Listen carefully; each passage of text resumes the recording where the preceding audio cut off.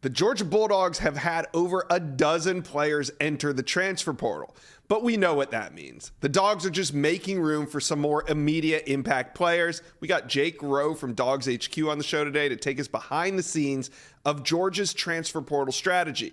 We'll also check in on Dogs' late chances for a flip of Florida State five-star commitment KJ Bolden. We'll see what's going on there. But first, UGA fans, do me a favor right now. Hit subscribe to the On3 Recruit channel. We're trying to grow this thing. We need you to be a part of it. It's an exciting time. Hit subscribe.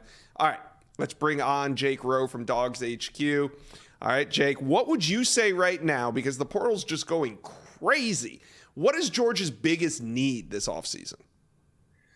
You know, it's probably a tie between defensive line and wideout. I think that they definitely want to add multiple players at each of those positions. I would probably say defensive line simply because they do want to get some guys who are ready to play. I think they would love to add a really big body at nose tackle.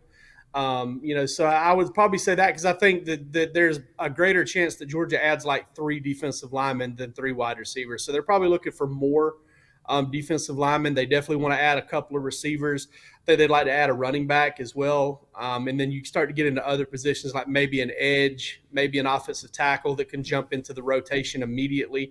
It wouldn't surprise me, if we're talking here in a month and, Georgia's added 6-7 players via the portal, maybe as many as 8.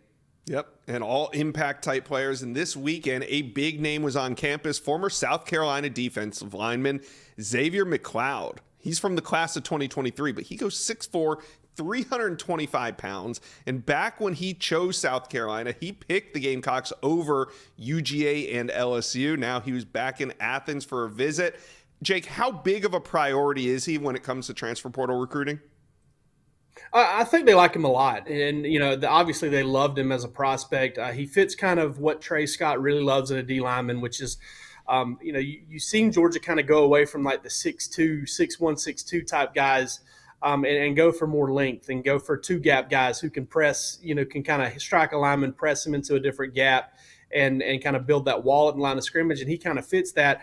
I'm sure that they would love to add guys that have proven it a little bit more at the college level. And that, he played in 4 games last year before kind of, stepping away from the South Carolina team for whatever circumstances. That's for them to figure out, not us.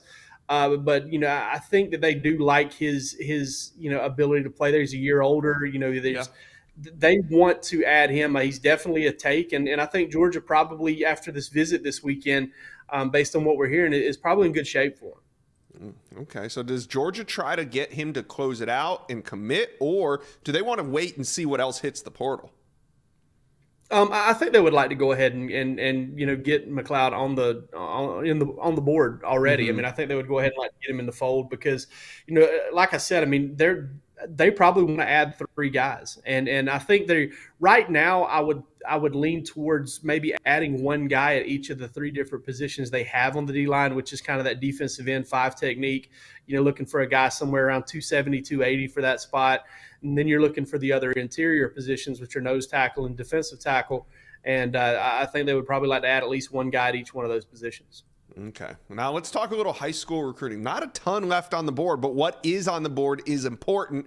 And one of those targets is 4-star Gator defensive line commit Amarus Williams. His season is over. Now he's going to focus on recruiting. He could end up visiting Auburn this weekend. Is Georgia still a threat to flip the 4-star from Florida?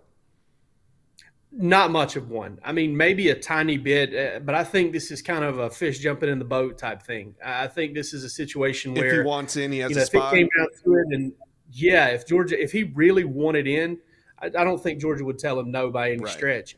But I don't think that they are as much of a threat as Auburn is right now.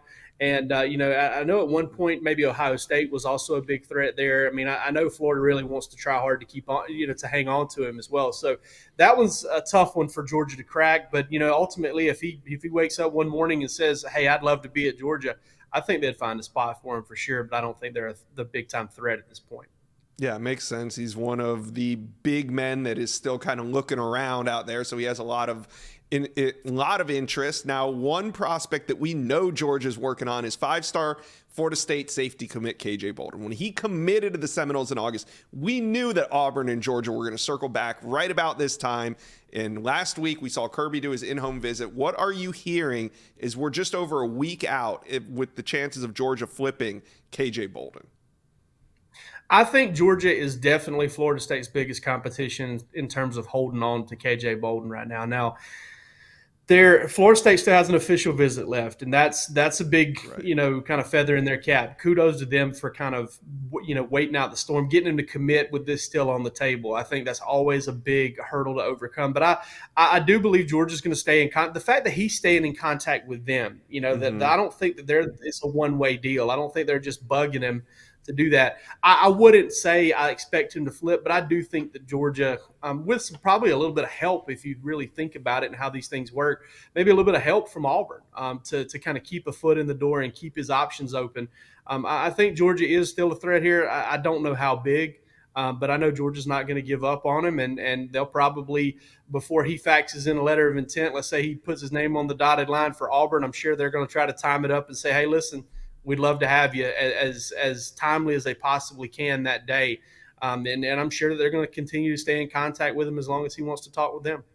Yeah, absolutely. And like you said, Florida State does have that official visit, but the Sharks are circling, and there is no guarantees with KJ Bolden in Florida State. But we're just over a week until signing day. I'm sure this won't be the last rumor that we hear about KJ Bolden in Georgia or Auburn or Florida State. So Jake Rowe, thanks for taking some time today to stop by the Inside Scoop. All right. Appreciate it, man. Thank you for watching. If you enjoyed that content, be sure to subscribe to the On3 Recruits channel. We have a new page dedicated only to recruiting. Go ahead and hit that subscribe button right now.